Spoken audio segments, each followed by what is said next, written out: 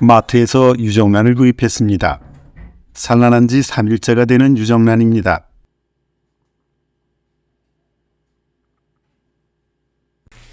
창고에 묵혀두었던 스티로폴 자작 부화기를 꺼내왔습니다. 이 부화기는 수년 전에 만들어서 여러 번 병아리를 부화했었던 성능이 검증된 부화기입니다.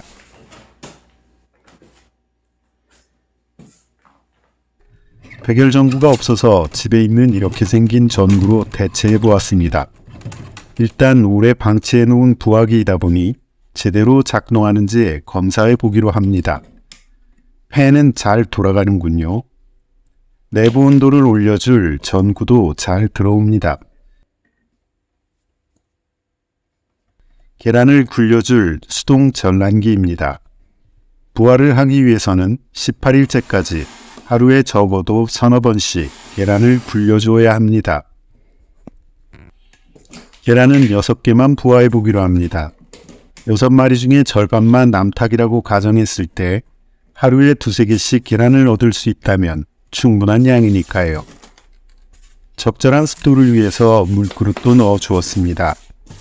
이대로 뚜껑을 덮고 충분히 온도가 올라가는지 살펴보기로 합니다. 아이고, 온도계 설치하는 것을 깜빡 잊었었네요. 한참이 지나도 내부 온도가 20도를 넘지 못하는군요. 결국 이 전등으로는 실내 온도가 충분히 올라가지 않아서 다른 등을 찾아보았습니다. 요즘은 에너지 절약 차원에서 백열등이 더 이상 생산되지 않는다고 하네요. 그래서 창고를 뒤져서 겨우 찾아낸 적외선 등을 사용하게 되었습니다.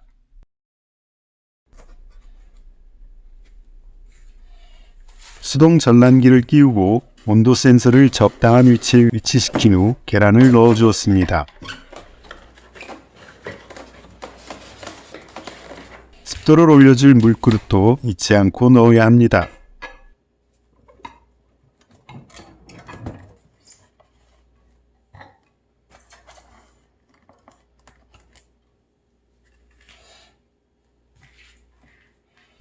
적외선 등이라 빨간색을 띠는 관계로 눈은 좀 피곤하지만 열은 확실하게 내줄 것으로 기대합니다. 여기에서 저만의 비법을 공개하도록 하겠습니다. 그 비법은 바로 신문지입니다. 온도 조절기가 있다 하더라도 부화기 실내의 온도는 적정 온도 37.5도를 기준으로 플러스 마이너스 3~4도씩 우르락 내리락 합니다. 따라서 일정한 온도를 꾸준히 유지하는 일이 생각처럼 쉽지 않고 그만큼 부화율이 떨어지게 됩니다. 신문지를 잘게 잘라서 넣어주면 계란이 일정한 온도를 유지하는 데 상당한 도움이 됩니다. 그리고 팁 하나 추가하면 습도가 높은 관계로 바닥에 습기가 차기 쉬워서 받침대를 두고 부화기를 올려놓는 것이 좋습니다. 구멍은 공기가 통하기 위한 것이고요. 부화 18일째까지는 살짝 막아주는 것이 보온에 더 도움이 됩니다.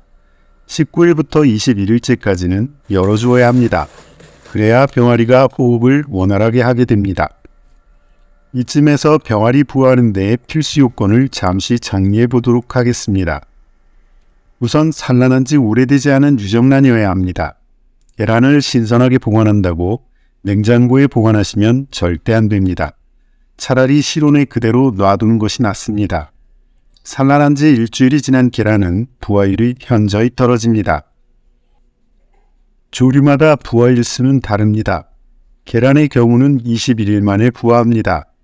부화의 조건은 온도, 습도, 전란, 환기 등이 맞아야 합니다. 전란이란 알을 굴려주는 것을 말합니다. 서너 시간에 한 번 정도 알을 굴려주면 됩니다. 온도는 37.5도, 습도는 60에서 70%를 유지시켜주면 됩니다. 1일부터 18일째까지는 하루에 적어도 서너 차례씩 계란을 굴려주어야 하고 일정한 온도를 맞추는 것이 제일 중요합니다. 하지만 19일째부터는 전란을 하지 않는 것이 좋고 온도만큼이나 중요한 것이 충분한 습도와 신선한 공기가 유입되도록 해야 합니다. 습도가 부족하면 난막이 들러붙어서 병아리가 스스로 알을 깨고 나오지 못하며 공기가 안 통하면 병아리가 호흡을 하지 못해서 알 속에서 죽어버리기 때문입니다. 비싼 온도 조절기를 쓰면 정확한 온도 내에서 차단기가 꺼졌다 켜졌다를 반복하겠지만 만원대의 값싼 온도 조절기는 그렇지 못합니다. 이 온도 조절기만 믿었다가는 부화에 실패하기 쉽습니다. 그래서 막대 온도계를 꽂아서 실내 온도가 37.5도에 가장 근접한 온도 조절기 도수를 찾아야 합니다.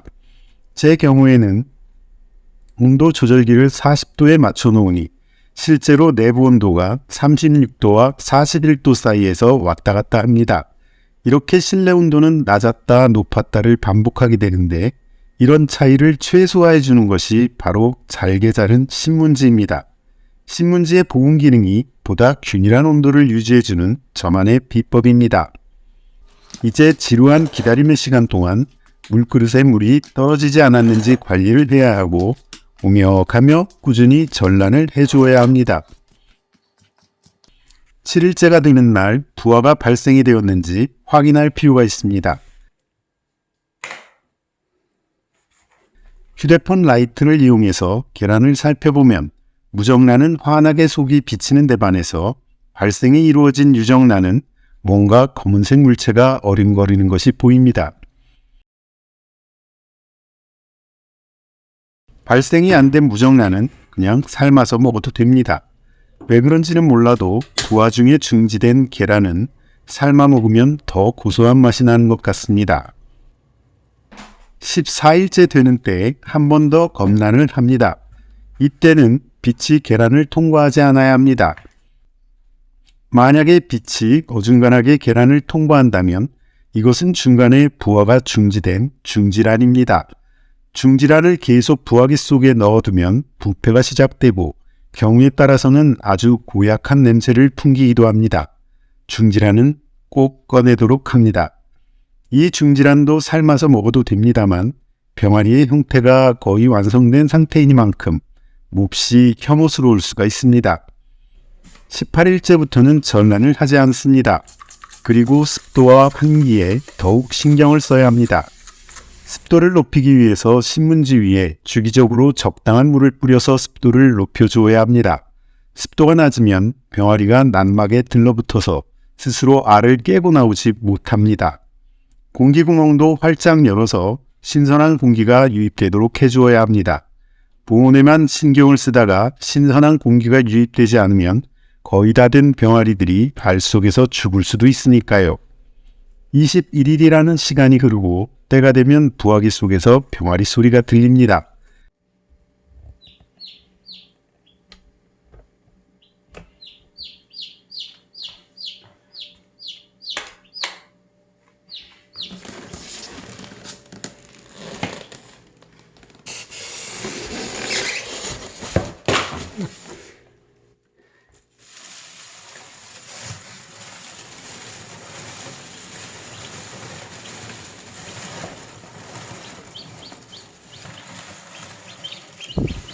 같은 부화기 속이라도 병아리의 부화 시기는 조금씩 차이가 납니다. 따뜻한 부화기 내에서 털이 다 마를 때까지 기다리다 보면 다른 계란들도 하나씩 부화를 합니다. 병아리에게 직접적으로 닿지 않게 조심하면서 습도 유지를 위해 신문지에 추가로 물을 뿌려주었습니다.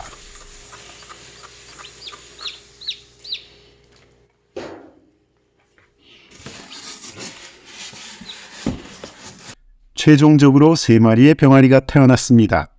6개의 알 중에 1개는 무정란이었고 1개는 중간에 발생이 중지되었으며 1개는 알 속에서 스스로 깨어나지 못하고 죽었습니다.